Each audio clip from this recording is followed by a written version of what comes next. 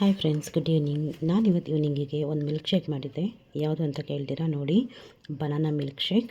So ನಾನಿವಾಗ 3 ಬಾಳೆಹಣ್ಣು ತೊಗೊಂಡಿದ್ದೀನಿ, ಸಕ್ಕರೆ, ಯಾಲಕ್ಕಿ, ಹಾಲು, ಸ್ವಲ್ಪ ಗಟ್ಟಿ ಇದ್ದರೆ ಚೆನ್ನಾಗಿರುತ್ತೆ, ಸ್ವಲ್ಪ ಗೋಡಂಬಿ ಮತ್ತು ಬಾದಾಮಿ. ಇದು ಬಾದಾಮಿ ಸ್ವಲ್ಪ ಗಾರ್ನಿಷ್ಗೆ. ಸೊ ನೀವು ನೋಡ್ತಾ ಇದ್ದೀರಾ, ನಾನಿವಾಗ 3 ಬಾಳೆಹಣ್ಣನ್ನ ಕಟ್ ಮಾಡಿ ಮಿಕ್ಸಿಗೆ ಹಾಕ್ತಾಯಿದ್ದೀನಿ. ಅದಕ್ಕೆ ಶುಗರ್ ಆ್ಯಡ್ ಮಾಡ್ತಾಯಿದ್ದೀನಿ. ಸೊ ಶುಗರ್ ಆ್ಯಡ್ ಮಾಡಾದ್ಮೇಲೆ ಅದರ ಜೊತೆಗೆ ಏಲಕ್ಕಿನೂ ಬಿಡಿಸ್ಕೊಂಡು ಹಾಕಿದ್ರೆ ಚೆನ್ನಾಗಿರುತ್ತೆ. ಹಾಗೆ ಹಾಲನ್ನು ಆ್ಯಡ್ ಮಾಡ್ತಾಯಿದ್ದೀನಿ.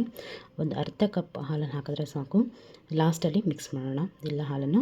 ಸೊ ಇವಾಗ ಗೋಡಂಬಿ ಆ್ಯಡ್ ಮಾಡ್ತಾಯಿದ್ದೀನಿ. ನೀವು ನೋಡ್ತಾ ಇದ್ದೀರಾ, ಗೋಡಂಬಿ ತುಂಬ ರುಚಿ ಕೊಡುತ್ತೆ. ಸೊ ಬಾದಾಮಿ ಬಂದು ಲಾಸ್ಟಲ್ಲಿ ನಾನು ಹಾಕ್ತೀನಿ, ನಿಮಗೆ ತೋರಿಸ್ಕೊಡ್ತೀನಿ ಹೇಗೆ ಹಾಕೋದು ಅಂತ. ಸೊ ನಾನು ಇವಾಗ ಇದನ್ನು ಗ್ರೈಂಡ್ ಮಾಡೋಣ. ಸೊ ನೋಡ್ತಾ ಇದ್ದೀರಾ ನೀವು, ಇದನ್ನು ನಾನು ಗ್ರೈಂಡ್ ಮಾಡ್ತೀನಿ. ನೋಡಿ, ನನಗೆ ಕರೆಕ್ಟಾಗಿ 3 ಜನಕ್ಕಾಗೋಷ್ಟು 3 ಕಪ್ಸ್ ಆಗಿದೆ. ಸೊ ಹಾಲನ್ನು ಇನ್ನು ಸ್ವಲ್ಪ ಆ್ಯಡ್ ಮಾಡಿಕೊಂಡ್ರೆ ಚೆನ್ನಾಗಿರುತ್ತೆ.